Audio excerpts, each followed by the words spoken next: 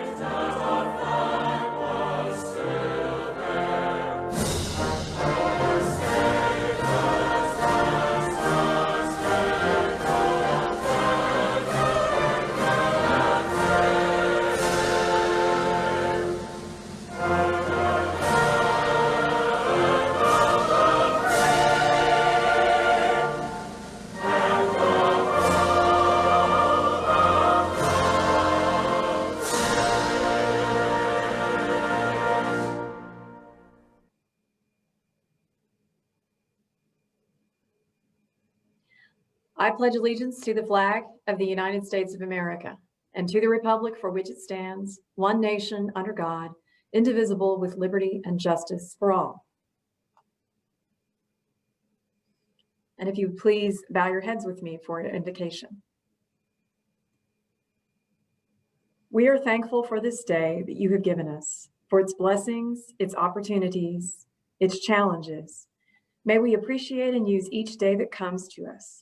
We pray for strength and guidance for each day as it comes, for each day's duties, for each day's problems. May we be challenged to give our best always, and may we be assured of your presence with us. Amen.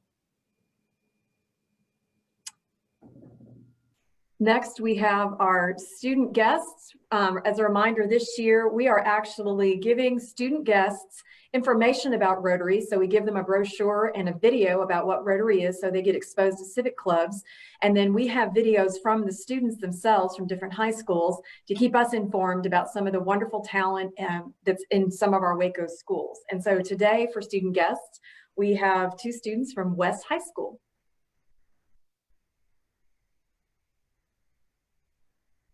Hi, I'm Kaylin Garrick, and I'm a senior this year at West High School.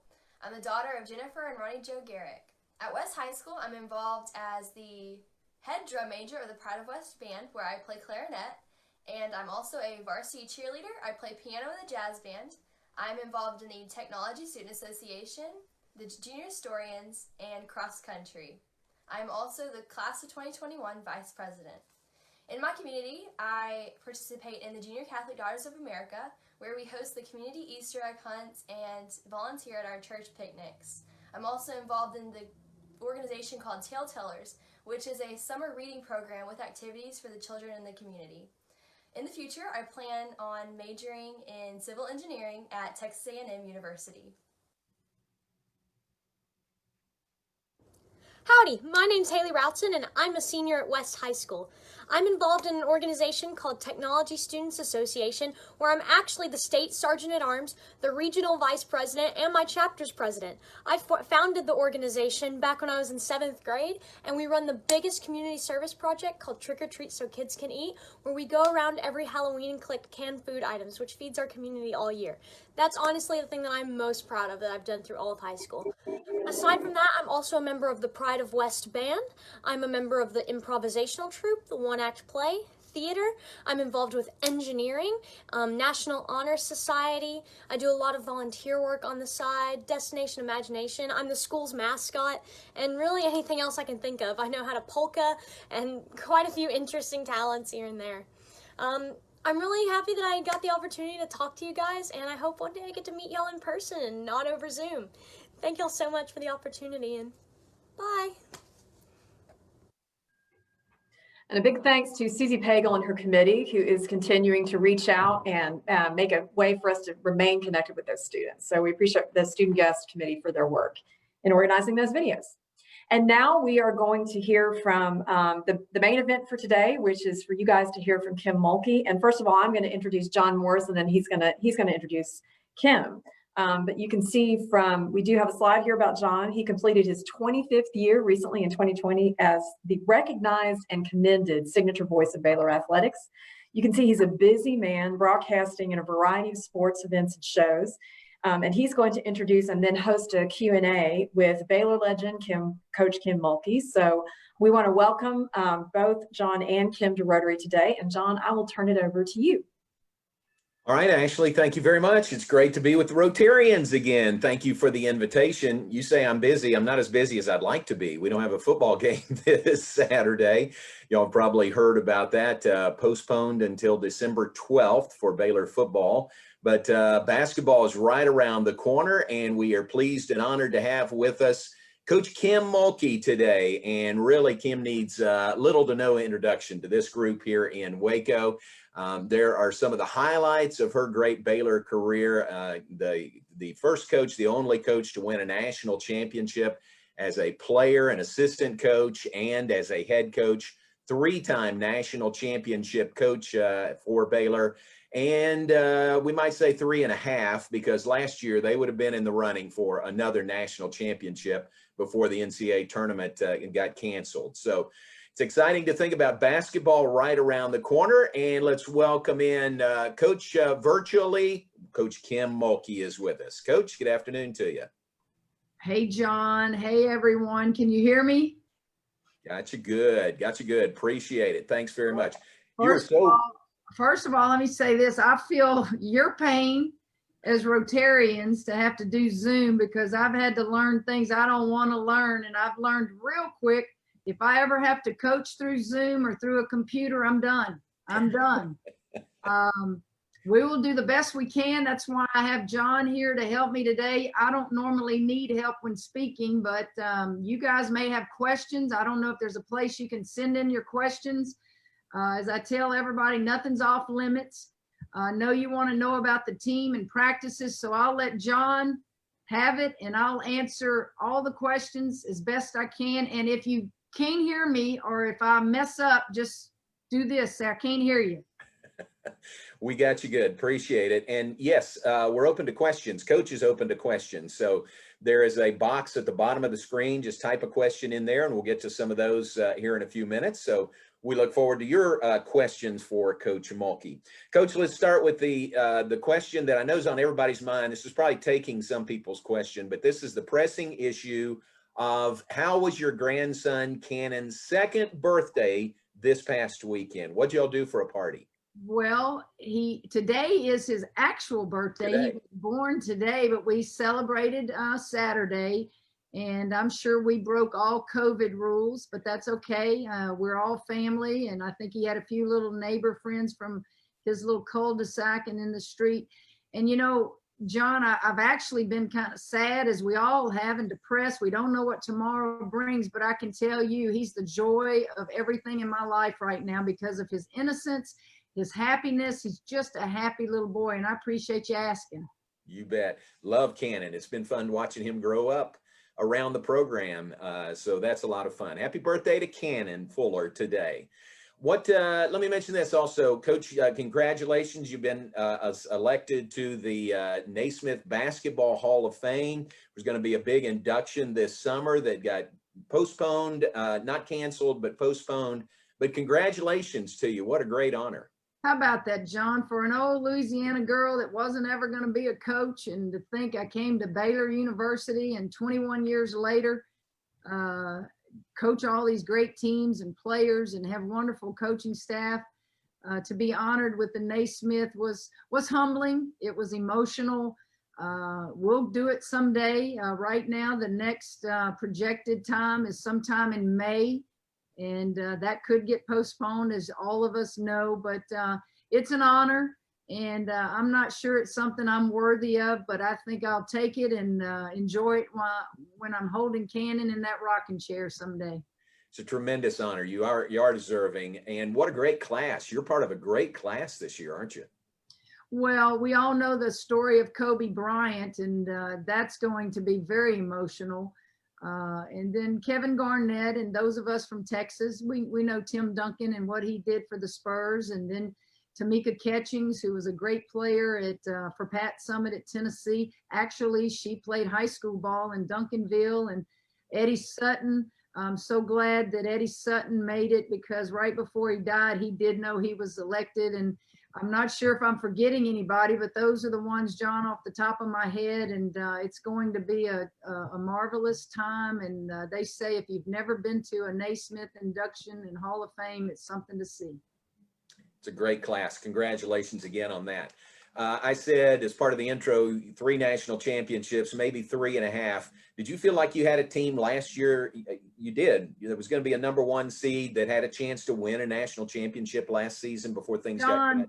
No question. And I'm struggling today with that. March the 12th, we were sitting on the tarmac here at the Waco airport. And ironically, I had my phone on and it dinged, and it was a text message from an administrator and said, if you haven't left yet, tell the pilot to turn around. We're getting ready to cancel the Big 12 tournament after the men's games tonight. So we had to deplane, and I had to tell those 3 seniors what was going on, and the tears flowed, and I couldn't comfort them because I was trying not to cry. At that time, we didn't know that the NCAA tournament was going to be canceled. We were sitting at home later that evening, and all of us saw on the television that it was, canceled. I'm not over it. I think there's a small window in your coaching career where you truly have an opportunity to win it all. And certainly I'm humbled that we've won 3, so I shouldn't sound so selfish, but I do hurt for seniors who didn't get their year back, and they knew they had a legitimate shot to win another one. And it was going to be in New Orleans, and that's going back home for me. So it had a special ring to it there as well. But a lot of people suffering right now. So I pinch myself sometimes. I slap myself and say, quit having a pity party, Kim. There are far worse things than not winning another national championship. But I do think about it often. Kim, what was the hardest part about that? The seniors, what great careers they had, and then they weren't going to have a chance to win it on the floor. John, that is the hardest part, because on the men's side, as you well know, and a lot of us know, a lot of those guys come to college because they have to for a year, and then they turn pro. On the women's side, the majority always stay for their 4 years. They get their degree. These young ladies, they wanted to come back. They wanted to play. And that's what you want young people to do. You want them to be around the college life for as long as they can. And it was bad. And I checked on them for a long time, and they all 3 were drafted. They would not have gone pro if they would have been able to get their year back. So from that team, that great team, half of your scoring is gone from that team moving forward to this year. This year's team's what kind of shape do you think it's going to take? Well, we've got to replace 40 points.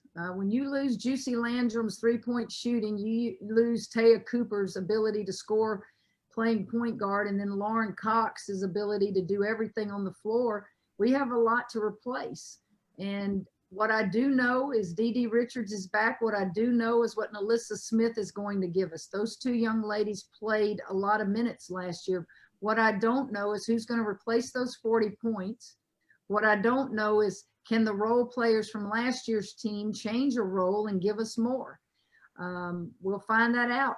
Somehow, some way, someday, I just feel like we're going to play some kind of basketball. I don't know when. I know that we're allowed to start this week and start practicing every day, but playing, we've lost 5 games on our schedule, John, in non-conference. We only have 6 non-conference games right now.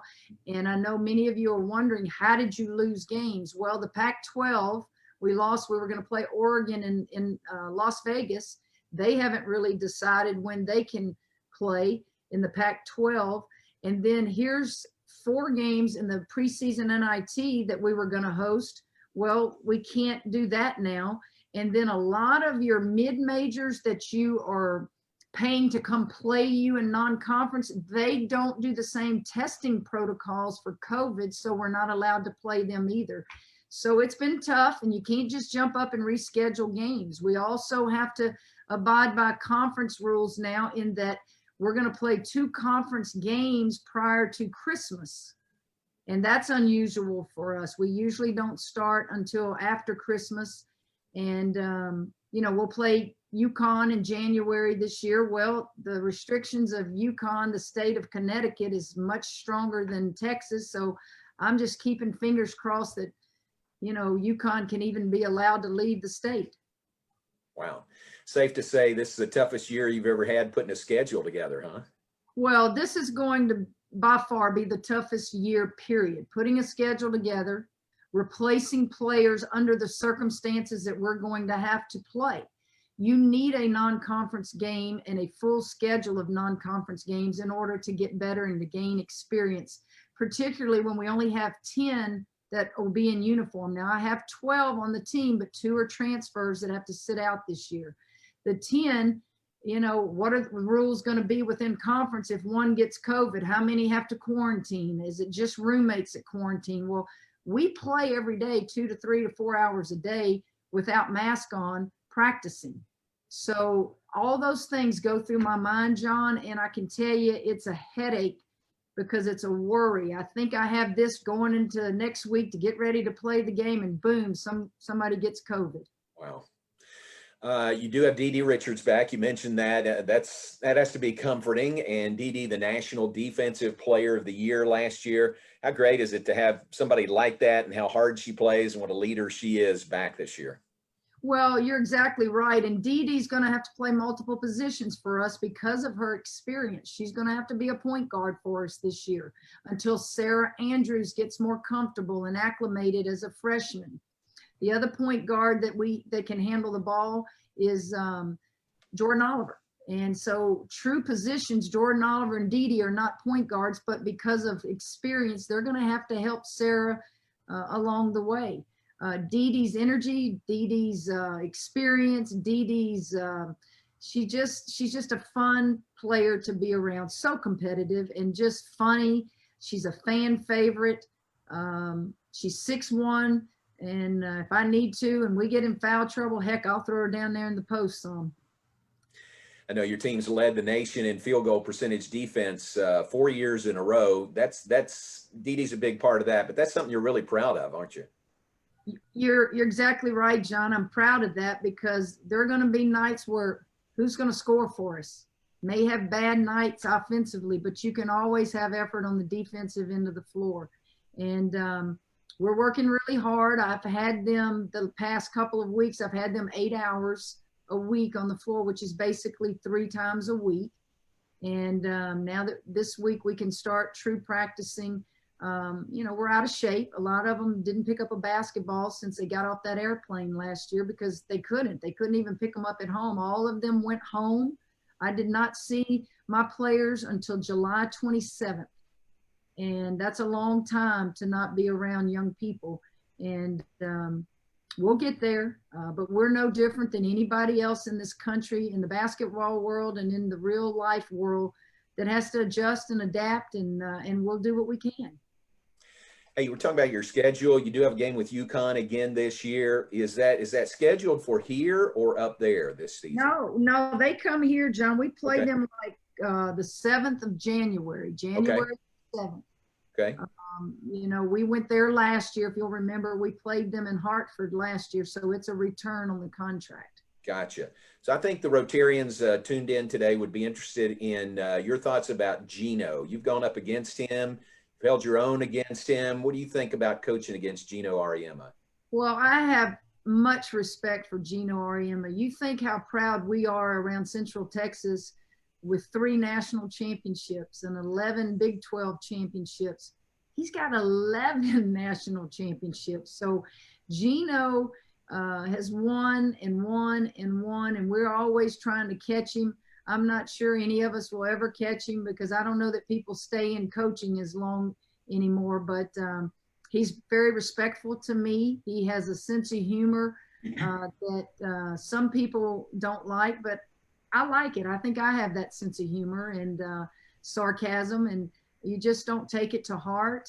I have a good relationship with him. Now we don't, call each other and do things like that, but every time we see each other, we'll cut up and laugh, and just much respect for what he does.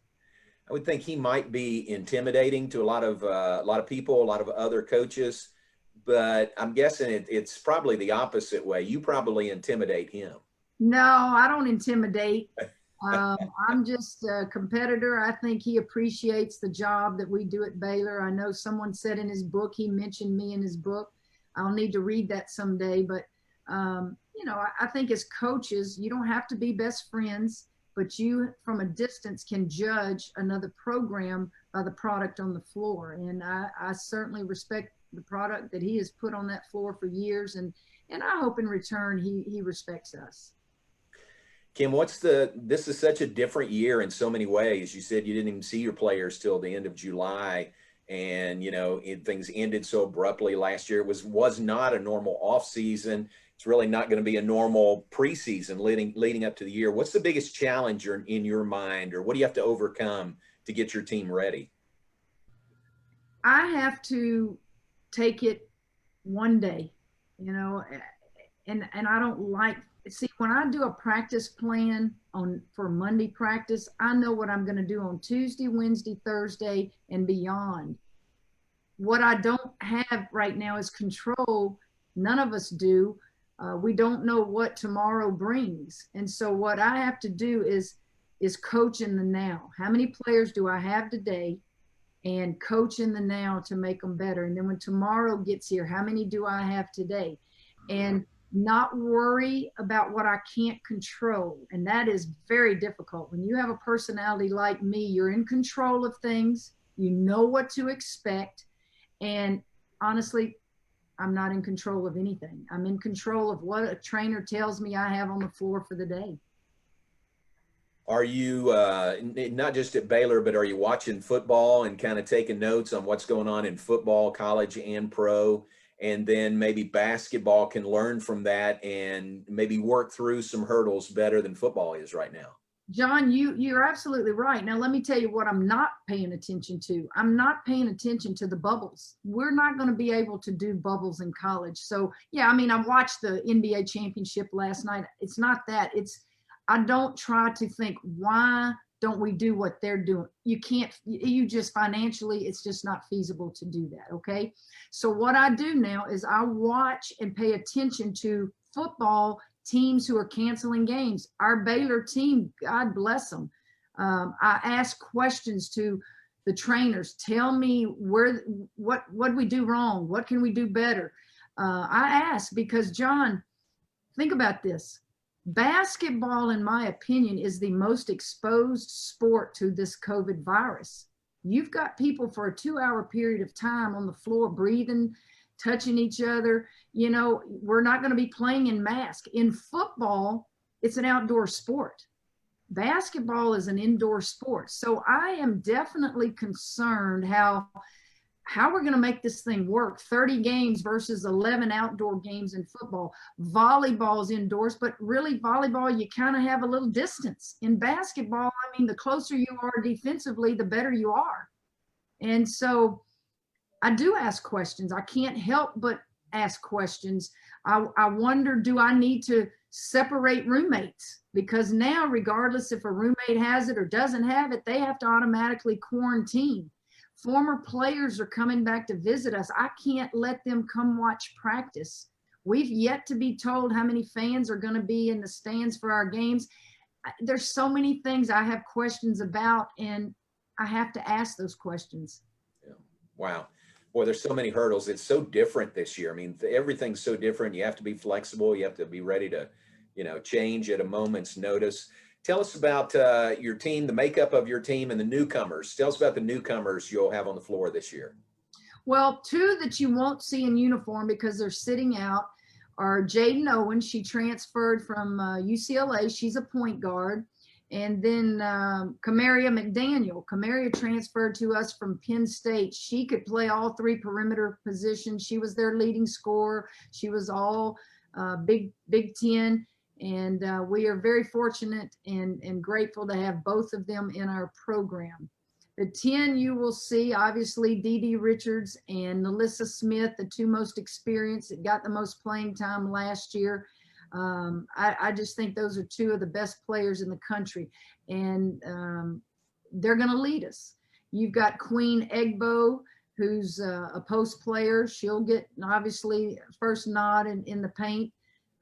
She and Caitlin Bickle, another undersized post player in the paint. Hannah Gusters is the big freshman, 6'5", that played at Irving MacArthur High School, along with Sarah Andrews, who is our other freshman point guard. They played together in high school, which is the same high school that Odyssey Sims and Alexis Jones played at. You're going to see Trinity Oliver develop into a solid player for us, who has just kind of been waiting her turn, and it's her turn to go out there and show us what you can do. Trinity is a junior because she hurt her knee and had surgery and was allowed to get that red shirt year back. Everybody loves Moon Urson. She's a senior from Destrehan, Louisiana, and quick as lightning, and Moon's role will now change. I mentioned Jordan Oliver earlier. Jordan's going to have to, help us handle the ball some and also play the off guard. Have I forgotten anybody? Oh, the Stanford transfer. I can't forget Dejanay Carrington. She is a grad transfer from Stanford. She is a strong 2-3 type of player. If she stays healthy with her knees, she's had some knee problems in the past at Stanford, and she can play this year. She doesn't have to sit out because she's a grad transfer. So I think I've covered them all. If I've missed somebody, somebody beep in and tell me, because I'm trying to do this off the top of my head. I know I've got 10. I don't know what the conference rules are going to be, that how many you have to have before you cancel or postpone a game, but 10 is a great working number. If everybody stays healthy and there are no injuries, and 10 very good basketball players. Good. Thanks for that. If anybody has a question, just type it in, go down to the bottom of the screen. There's a chat button. If you click on that chat button, you can type the question in there and we'll funnel that to Coach Mulkey. So here's your chance. You can talk to the Hall of Fame coach right now on this Waco Rotary Luncheon today. So just type your question in there and we'll get that to Coach Mulkey right now. Coach, you mentioned the COVID, we're going through that, and your home state of Louisiana is getting hit again, or has been hit by another hurricane. Louisiana has just been through a lot again, hasn't it? John, it's funny that you mentioned that today, because this weekend I actually spoke to people from Lake Charles. And if you haven't read the article in Sports Illustrated, you guys need to try to go read it. Lake Charles is the forgotten city right now because of COVID, because of everything that's going on in our country. And Lake Charles needs help. McNeese State University I reached out, or had our assistant Johnny Derrick reach out to the head coach to try to see if they want to come here and play a game. And we help them do the testing protocols that are required to play us. But also, you know, we give the teams that come in guarantee money. That's, you know, that's a way to help. It's my understanding that basketball, women's basketball, is at LSU or in the Baton Rouge area right now. It's devastating for people of Lake Charles. And, you know, Louisiana, those of us who grew up there, we are resilient people. We know hurricanes come all the time, and yet it's no fun. And if you add COVID on top of it, they're not getting the normal resources and the help from outside because people are afraid. And that makes it tough. And my heart goes out to everybody in the state of Louisiana, because you never know, is it going to be Southwest Louisiana that gets hit? Is it going to be Southeast Louisiana that gets hit? But, you know, I just know that McNeese will come back. It just will take a lot longer than probably it normally would. Yeah, I know you have a real heart for your home state of Louisiana. Hey, we got a couple questions. K. Paul Holt asks about the grad transfer. It's fairly new. He's wondering why it was created. Do we have Baylor players who grad transfer out to other schools? Grad transfer, I can't give you the exact time that it all started, but several years ago, there's been a lot of discussion within the NCAA that schools were holding players and not allowing them to leave. A lot of people leave schools for a lot of reasons. One is usually playing time, and they don't want to trust the process and stay very long. So I think the discussion started on, you know, you used to lose a year when you transferred and things like that. And then you couldn't transfer within conference. Those conversations have been going on for years. The grad transfer kind of got shoved into their later years. And they now are saying, if you finish your college degree, your undergraduate degree, and you don't want to come back to that college for your senior year, it was initially brought into that.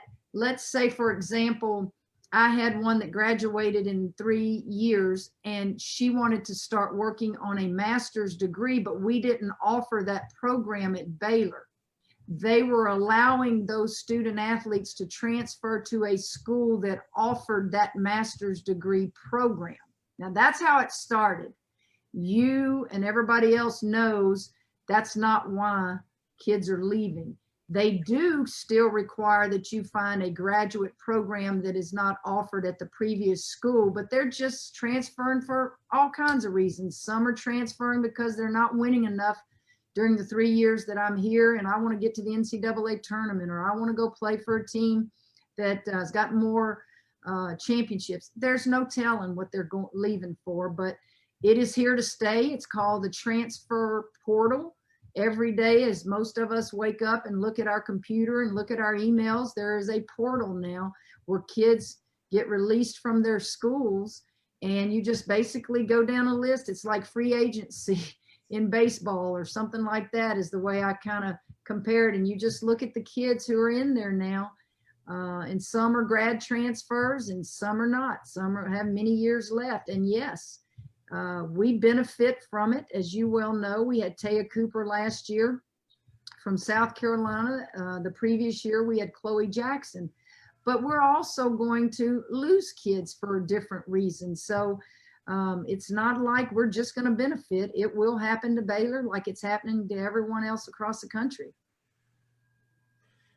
All right, here's a question from Peggy Parks Rush. We talked about you being elected to the Basketball Hall of Fame, and Peggy asked, tell us about your surprise drive-by parade back in April.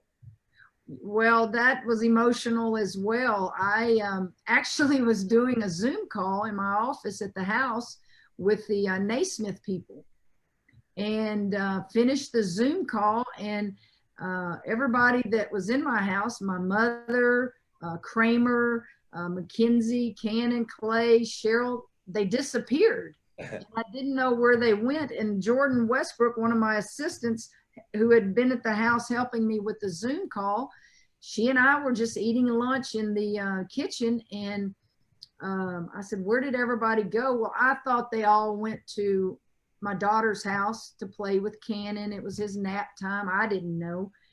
And little did I know they were down the street, and Jordan coaxed me out the door. I don't even remember how she got me out the door. And when I stepped out the door, the parade started, and she was kind of telling me what was going on. Well, it didn't take a genius to figure it out when you got people in their cars honking horns and screaming out the window and holding signs. And John, it was emotional, because had that Naismith gone and there not been COVID, I would have been hopefully in New Orleans and sharing that with my basketball team, and we would be hugging and doing all that. And at that point, they were already home, you know, at their respective homes. And it was just emotional. It was much appreciated. I think my neighbors were all in shock, and I had to scream at them and tell them all is good. And then they participated from their houses. So fun memory.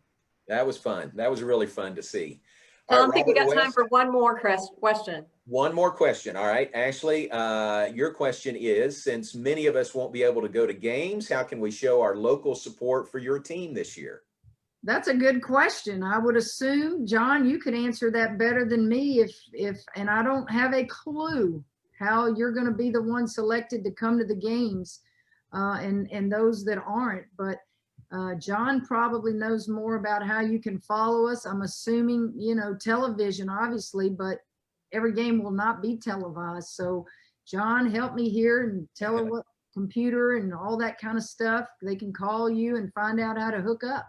Yeah, I think, you know, just the way people show support around town is to just wear your green and gold and come to the games when you can and watch or listen when you can't.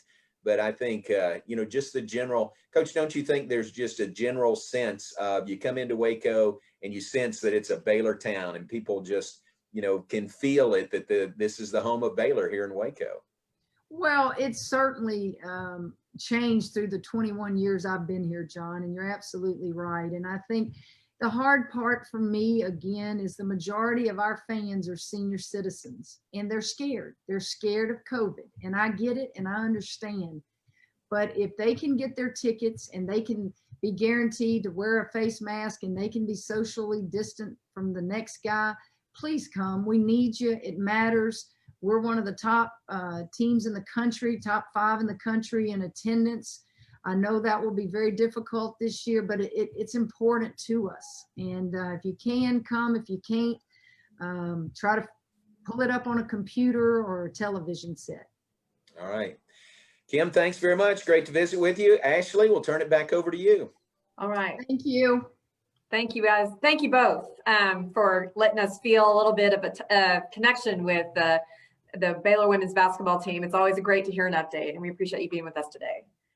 The final thing we're going to talk about today is Kim Patterson, who is chairing the Rotary Foundation Committee, has an update for our group briefly. So I'll turn it over. And I wanted to highlight Kim. So we are trying to, as a part of our networking, because we can't network live, we are highlighting different people who are speaking in meetings. And so you can see this is Kim Patterson, well known to a lot of people because we have a lot of supporters of the MCC Foundation, but she's been working for the MCC Foundation for a while, and you can see her distinguished background there. So we wanted to highlight her. We also wanted to highlight the organization she works for, the McLennan Community College Foundation. I know that there's many people who support the MCC Foundation that are in Rotary and that are very familiar with all the things that they do to support local students and people from our community and having access to higher education. I know Johnette McCowan, the president of MCC, is on the call today. So we did want to just highlight MCC and thank you for MCC Foundation and MCC being Rotarians and participating, and for Kim's leadership on the Rotary Foundation Committee. She's done a lot of work, and I know she's anxious to share with you some of the progress to date. So Kim, I will now turn it over to you. Thank you, Ashley, and thanks for that nice little pitch for the foundation. We are very blessed to enjoy a lot of support in our community, and we're so grateful, especially to our Rotary friends. So quick update on where we are with Rotary Foundation giving this year. As a reminder, Paul Harris Fellow recognition is bestowed on anyone who gives at least $1,000 to the Rotary Foundation, and every plus represents an additional $1,000 gift. So you can see that the Rotarians who we are recognizing are supporting the good work of Rotary in a major way. And so I would like to run through these names. We have actually 27 people who have taken advantage of Rotary Foundation giving this year so far, which I think is phenomenal. I'd like to recognize Krista Cluett, who is a Paul Harris Fellow +7, Tom Lutfer +7, Lee Fisher +6, Cecil Dunham, Val Rispoli +6, Cecil Dunham's +5, John Hawkins is a +4, Ashley Allison just recently got her +3, Herb Bristow +2, Mackie Bounds +1, George Chase +1, Judge Vic +1, Jim Hardwick not only got his first Paul Harris Fellow, but he got his second, leveraging some of the matches that we're going to talk about in just a sec. Dan Smith is a +1, Ted Teague +1, Tyler Martin got his first Paul Harris Fellowship, Phil Reeder as well, Sterling Woody, and then Catherine and George both made contributions, and they're working toward their next step in the plus ladder. So you might ask how these folks got to take advantage of these leveraging opportunities. Currently, the Rotary Foundation, as you probably heard, Rich K has been kind of email bombing us with a lot of reports about this, but they are matching gifts from $250 to $500 on a dollar-for-dollar basis for anyone who's already a Paul Harris Fellow. So that means your $500 gift can mean $1,000 in value, which gets you a Paul Harris Fellowship. He's keeping track of the district, and Waco is currently in 3rd place behind Colleen Heights and South Austin with matches totaling $6,175. So awesome job there. If you're not already a Paul Harris Fellow, the Jerry Johnson Trust will provide up to a $500 matching gift for your first fellowship. Plus, we have the points challenge that we announced at our last meeting. For those who have not yet earned their first Paul Harris Fellowship, you can take advantage of that. And I'd like to acknowledge the folks who've already done that, and that's an anonymous Rotarian, Ryan Holt, Evan Claris, Russell Livesay, Brett Rhodes, Kevin Stevenson, and not to forget Chana Bean and Barry Johnson, who were the winners of our points challenge drawing at the last meeting. So that makes a total of 27 of your fellow Rotarians who have made a personal commitment to the Rotary Foundation and the work of Rotary throughout the world and in our community. As a reminder, a lot of these dollars come directly back to our club through things such as the water project we did and ambassadorial grants and scholarships and things of that nature. So if you've been thinking about supporting the wonderful work of Rotary, please get in touch with someone on our committee, and that includes me, Catherine, Krista Cluett, Tom Lutfer, or George Springer. So thanks for letting me have a chance to give you an update. Our club is doing amazing work, both even with all the restrictions we have. It's been a very inspiring time to be leading the charge for the Rotary Foundation. So back to you. Thank you. And I just got an email right before this meeting that we're actually back in 2nd place. So we were leading at first, now we're in 2nd place. So if anybody on the call is on the fence about being taking advantage of Paul Harris Fellows and the Jerry Johnson Trust Challenge, please go ahead and do that, because Waco needs to win. We need to win the contest. And so we've got just a little bit of time left to be able to do that. So thanks, Kim. Appreciate your hard work. And thanks to everyone who has given money to the Rotary Foundation this year. We appreciate that support. A reminder to everyone, if we do have some people who actually haven't paid your dues, and we still have expenses with Rotary, even though we're not meeting live, and we do have some expenses associated with like this Zoom meeting and things like that. So we do appreciate people continuing to pay their dues. And then we will have another meeting. Please mark your calendar for next week. At the same time, we're going to have the Baylor men's basketball coach, another tradition for Waco Rotary. We're going to hear from Scott Drew next week. So we hope you have enjoyed this program today, and that you'll look forward to next week. And we will close by saying the 4-way test. So please follow along with me. Is it the truth? Is it fair to all concerned? Will it build goodwill and better friendships? Will it be beneficial to all concerned? Thank you. Have a great week. Rotary is adjourned.